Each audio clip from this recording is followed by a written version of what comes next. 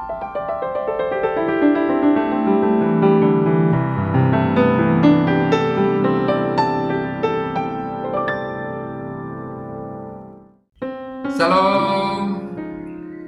bertemu lagi dengan saya, dan ini adalah pertemuan kita yang ketiga dalam satu tema besar, yaitu Mari Belajar Alkitab, di mana kita sedang mempelajari firman Tuhan, yaitu kitab-kitab dalam Alkitab secara sistematis yang dimulai dari kitab Perjanjian Baru. Dan kita sedang mempelajari kitab Injil Matius. Dalam pertemuan kita yang ketiga ini, kita akan mempelajari Injil Matius pasal 2 ayat 1-12 dengan tema orang-orang Majus dari timur. Matius pasal 2 ayat 1-12 adalah salah satu bagian penting dalam kisah kelahiran Yesus Kristus. Perikop ini menceritakan tentang orang-orang Majus dari timur yang datang untuk menyembah Yesus, Raja yang baru lahir. Di sisi lain, peristiwa ini juga memperlihatkan reaksi yang berbeda dari Raja Herodes dan para pemuka agama Yahudi.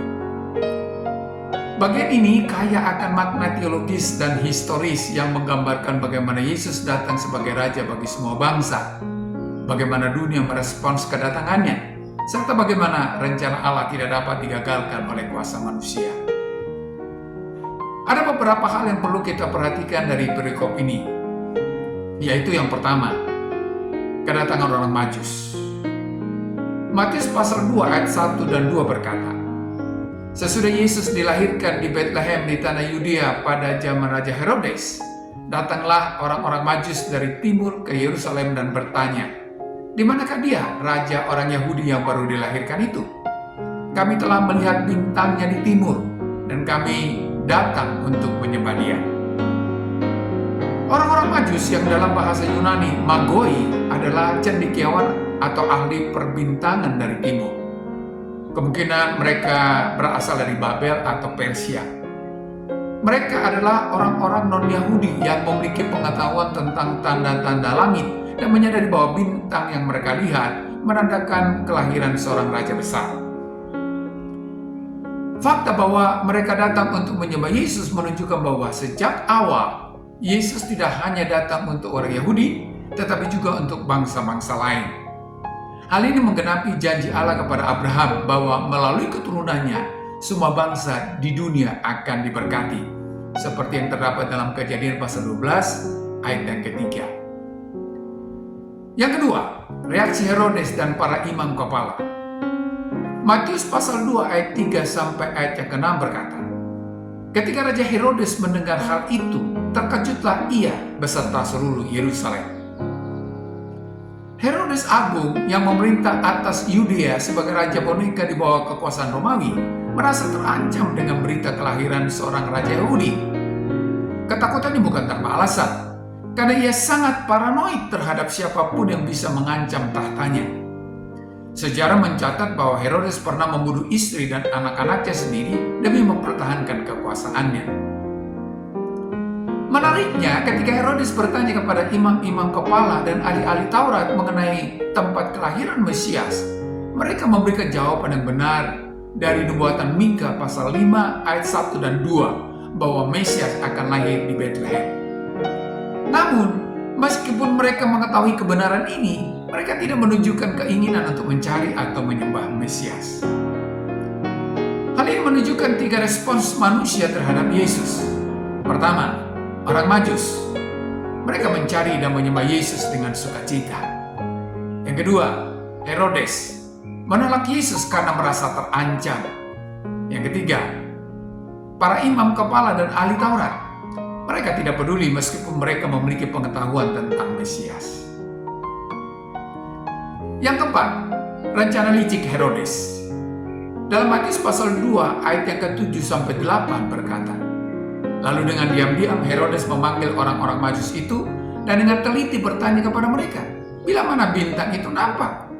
Kemudian ia menyuruh mereka ke Bethlehem, katanya, pergilah dan selidikilah dengan seksama hal-hal mengenai anak itu, dan segera sesudah kamu menemukan dia, kabarkanlah kepadaku, supaya aku pun datang menyembah dia. Herodes berbohong dengan berpura-pura ingin menyembah Yesus, tetapi sebenarnya ia ingin membunuhnya. Ini menggambarkan bagaimana dunia seringkali berusaha menghilangkan Yesus dari kehidupannya karena merasa terancam oleh kebenarannya. Yang kelima, penyembahan orang Majus. Matius pasal 2 ayat yang ke-9 sampai 11 berkata, "Setelah mendengar kata-kata raja itu, berangkatlah mereka, dan lihatlah, bintang yang mereka lihat di timur itu mendahului mereka hingga tiba dan berhenti di atas tempat di mana anak itu berada." Orang Majus dipimpin oleh bintang sampai mereka tiba di tempat Yesus berada. Ketika mereka bertemu dengan Yesus, dan perhatikanlah reaksi mereka. Pertama, bersukacita dengan sukacita yang sangat besar. Penyembahan sejati berasal dari hati yang bersukacita dalam menemukan Kristus. Yang kedua, sujud menyembah. Mereka mengenali Yesus bukan hanya sebagai seorang raja biasa, tetapi sebagai sosok yang layak menerima penyembahan ilahi. Yang ketiga, memberikan persembahan. Emas, kemenyan, dan mur adalah hadiah simbolis. Emas melambangkan Yesus sebagai raja. Kemenyan melambangkan Yesus sebagai imam yang mempersembahkan dirinya sebagai korban. Dan mur melambangkan penderitaan dan kematiannya di atas kayu salib. Yang keenam, peringatan Tuhan. Dalam Matius pasal yang kedua ayat yang ke-12 berkata, "Dan karena diperingatkan dalam mimpi supaya jangan kembali kepada Herodes, maka pulanglah mereka ke negerinya melalui jalan lain." Allah memimpin orang-orang Majus melalui mimpi agar mereka tidak kembali ke Herodes. Ini menunjukkan bagaimana Allah tetap berdaulat dan melindungi rencana keselamatannya. Aplikasi dalam kehidupan sehari-hari. Pertama, Yesus adalah Raja bagi semua bangsa. Orang-orang Majus yang bukan orang Yahudi datang untuk menyembah Yesus. Ini menunjukkan bahwa keselamatan dalam Kristus terbuka bagi seluruh dunia. Yang kedua, respons manusia terhadap Yesus berbeda-beda. Ada yang mencari dan menyembahnya seperti orang Majus. Ada juga yang merasa terancam dan menolaknya seperti Herodes. Ada yang mengetahui kebenaran tetapi tidak peduli seperti imam kepala dan ahli Taurat. Yang ketiga, Allah tetap berdaulat atas rencananya. Hal itu terlihat dari bintang yang dipakai Allah untuk menuntun orang Majus.